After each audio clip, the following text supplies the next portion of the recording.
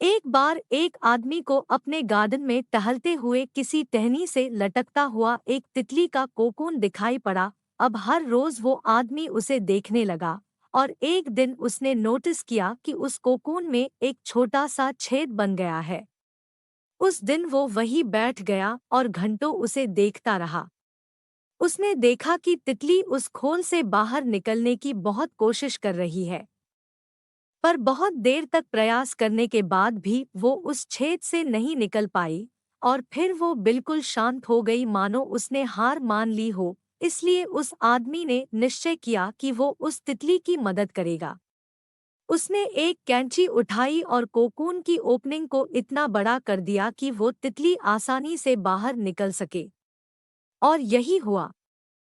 तितली बिना किसी और संघर्ष के आसानी से बाहर निकल आई, पर उसका शरीर सूजा हुआ था और पंख सूखे हुए थे।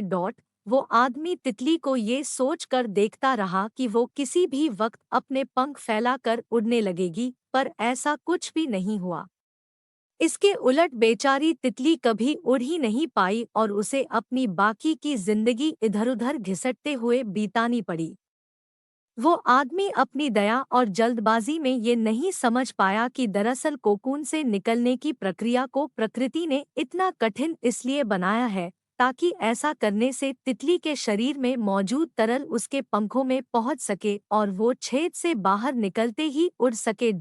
वास्तव में कभी-कभी हमारे जीवन में संघर्ष ही वो चीज होती जिसकी हमें सचमुच आवश्यकता होती है।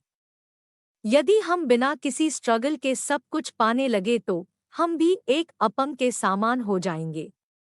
बिना परिश्रम और संघर्ष के हम कभी उतने मजबूत नहीं बन सकते जितना हमारी क्षमता है। इसलिए जीवन में आने वाले कठिन पलों को सकारात्मक दृष्टिकोण से देखिए, वो आपको कुछ ऐसा सीखा जाएंगे जो आपकी जिंदगी की उड़ान को पॉसिबल बना पाएंगे।